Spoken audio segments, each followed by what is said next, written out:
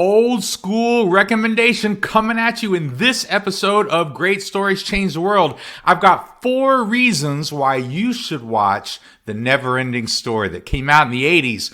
As always, remember to like, share, subscribe to the channel, all of that stuff. Now let's get to it.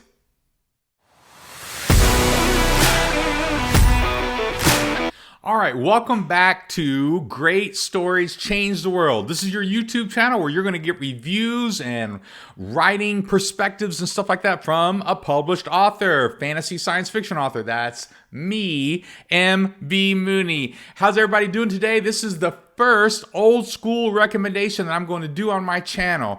That means there's some movies that I loved and I used to watch and I've rewatched now that I'm a little bit older. But I still think are valid movies. They're great movies to watch, to learn about story, to learn about different things that are great with writing and story arcs and character arcs and all of that sort of stuff. So the first one I'm going to do is The NeverEnding Story. And today I'm going to go over 4 reasons why you should watch The NeverEnding Story. All right, this movie came out in 1984, so it's been a while. And the effects are a little dated. Most of them still look great because there's some practical effects and they spent some money and time. But there's some other effects that don't look great. And it can get kind of cheesy here and there and fun. But I'm telling you, this is a great movie to check out. All right, number 1, the first reason why you should watch this movie is the song. All right, the theme song of this movie, The NeverEnding Story, was written by an Italian guy and it was performed by a British pop artist. I'm going to try to say his name, Lamal. I think that's how you say his name.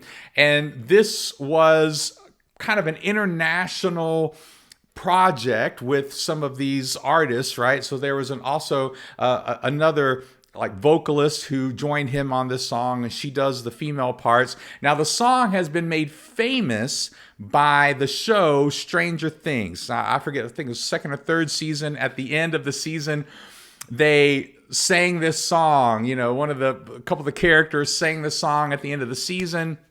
And of course it was amazing. And for those of us who remember the movie, we were just, in on it, which is part of the charm of Stranger Things. But this song, the theme song, went to number 1 in Norway and Sweden, number 2 in Austria and Western Germany, and in Italy, and number 4 in the UK and Britain. It went to number 6 on the pop charts in Australia and the United States. So the song was incredibly popular. It's super catchy. And what's interesting about the song is the song fades in and fades out. So it's kind of meant to be symbolic of the never-ending story, all right? This is also a very international movie. So this is reason number 2, all right? Reason number 2, you should watch this movie. It's a very international production. For the 1980s, this was kind of a rare thing for them to spend so much money and to do so much work on an international production. So this was a West German production. Now, remember, back in the 80s, there were still 2 Germanys. There was East Germany, which was communist, and West Germany, which was democratic, capitalist, free market sort of thing. And we all know that the wall came down in 90 and all that, so 89, all that sort of stuff. But this was still, during the time, there were 2 different Germanys. And so this was a West German movie because it was written by a German author. The book, NeverEnding Story, was written by a German author, and we'll get to that in a second. But this was a very international movie production. So first of all, it was co-written and directed by Wolfgang Petersen. Now, you may not know who that is, but he went on to do some great work with stuff like, now, he had done Das Boot, which was kind of an internationally acclaimed movie. Critics loved that movie. But he also did Enemy Mine, which would probably make it on this channel at some point. And In the Line of Fire with Clint Eastwood and Outbreak and Air Force One. He ended up doing a lot of very famous, popular movies that made a lot of money. And this was kind of his big movie that really broke into the mainstream. Das Boot was a cool movie, but it wasn't really as mainstream as this movie was. And so this is a very international production. And they spent more money on this movie than any other international production outside of, the United States at that time. So outside of Hollywood, this was the biggest budget of a movie. So, all right. So it was kind of unique for its day. And they put a lot of money into it because, reason number 3, this is based on a classic novel, okay? The NeverEnding Story was originally a novel written by Michael Ende, and I'm going to probably butcher the title here, is Die Unendliche Geschichte. I can't say the last word. The NeverEnding Story in German. So this was a German-written novel, and it was written in it was published, in 1979, and then it was translated into English in around 1983. So Michael Ende, he wrote it, and it was translated by somebody else. I think his name was Ralph Mannheim, and it was translated. It was very popular in Germany. It was like the top book for a long time. And it was very popular once there was an English version too. It's a great story. It's fantasy, all of that sort of stuff. So now here's the thing about the book is that the author, Michael Ende, he didn't like the script. He sold the rights to the movie for $50,000, something like that, which really isn't a lot of money to sell rights to something that was that popular. And in the beginning, he liked working with Wolfgang Peterson and all that sort of stuff. But, in order to make the movie more popular and shorter and simpler, because the book is really not complicated, but there's a lot that goes on in the book. And so Wolfgang Peterson just kind of took the first half of the book, made the movie out of that, and simplified some things. And, Michael Ende really didn't like that. He ended up suing, trying to get them to call it something different, use a different title, something, but he lost that lawsuit. But we still have a great movie out of it. So if you ever want to check out the book, there is an English version, but maybe you want to read it in German. I don't know. Now, the last thing that we can get into with why you should watch this movie, reason number 4, as an author, this is a great movie to study and to look at. The themes in this story in this movie are really powerful, all right? It's the theme is that a great story pulls us in, all right? So if you don't know the setup of the movie is that there's this young boy, Bastian. He's a misfit, he's weird, right? Kind of the normal thing for science fiction and fantasy. And he's got this problem with his dad, and his dad is a single dad.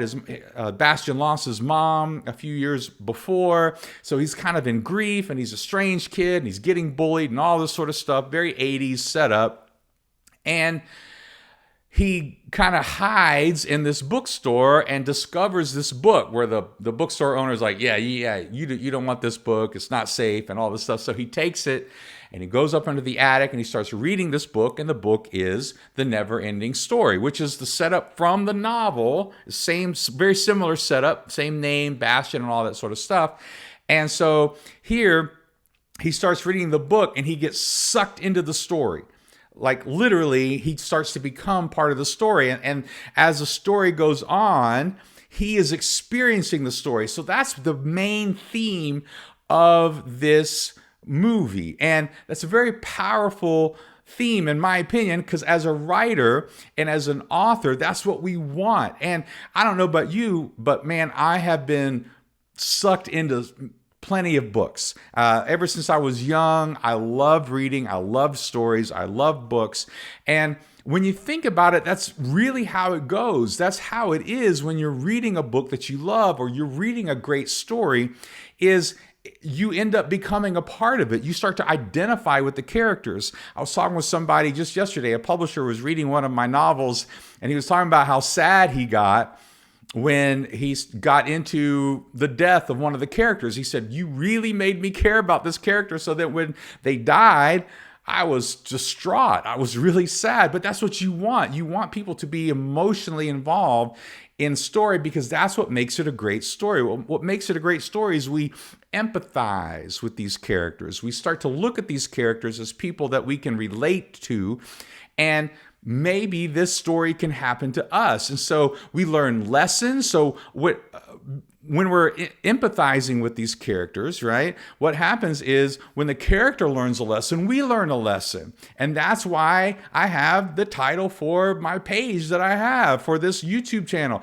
Great Stories Change the World, because great stories change us. Great stories give us hope. Great stories let us know that the impossible could be maybe possible. And that's what happens when we get stuck in a story, like when we get really just a part of a story. And a great story uses our imagination. It kind of lights a fire in our imagination. And they've done studies with people that when they read, man, their brains kind of come alive because it's using our own imagination. And that's a huge theme of the book and a huge theme of the movie.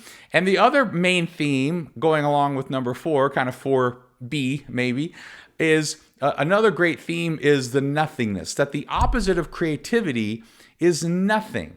It's like if we're not using our creativity, then the other option is nothing, darkness. Like there's no substance to it. It's not like there's an evil person. This is kind of like Sauron in that sense. This is very derivative of that, where like in Lord of the Rings, you don't necessarily see the evil, but it's kind of there in the background and the darkness. And that's kind of what you see in the NeverEnding Story here, is that there is this force that's trying to get us to just kind of give up and not try and not be creative. But it's the creative that does something good. Really, I'll have to put this in the description. A great book on this is The War of Art.